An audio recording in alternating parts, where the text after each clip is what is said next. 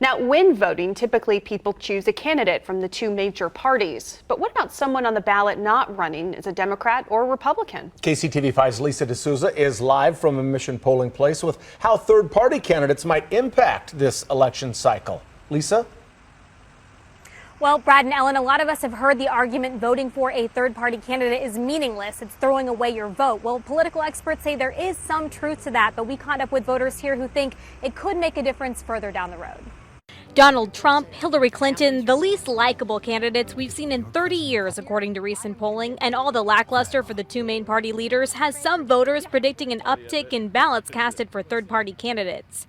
I think people need to vote according to what they feel convicted to vote for. It's an important part of being a citizen in this country, and I think anytime you cast your ballot, it matters.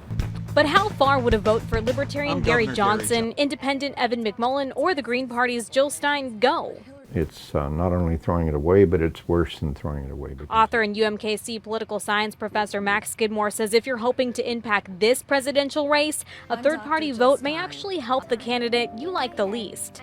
No effect, or it will have an effect, and if it does have an effect, it's going to hurt the party it's closest to. You're voting to make you feel good, and the purpose of a vote is to do what's best for the country and what's best for public policy. Skidmore says third parties often help shape debate issues, but don't have a chance in 2016. Others think the statement behind voting third party could mean more in the years ahead. You need to vote your conscience, and if you don't do that, then that third party is never going to grow. Now, pundits do predict a sliver of success for third-party candidates. For instance, Independent Evan McMullin is well on his way to shifting Utah from a predominantly Republican state to a battleground state this year. Live in Mission, Lisa D'Souza, KCTV5 News.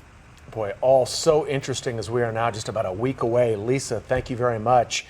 And we have all of the election information you need online, including when polls are open and which poll you're supposed to go to, as well as a closer look at all of our local issues. Just go to the KCTV5 News app or kctv5.com.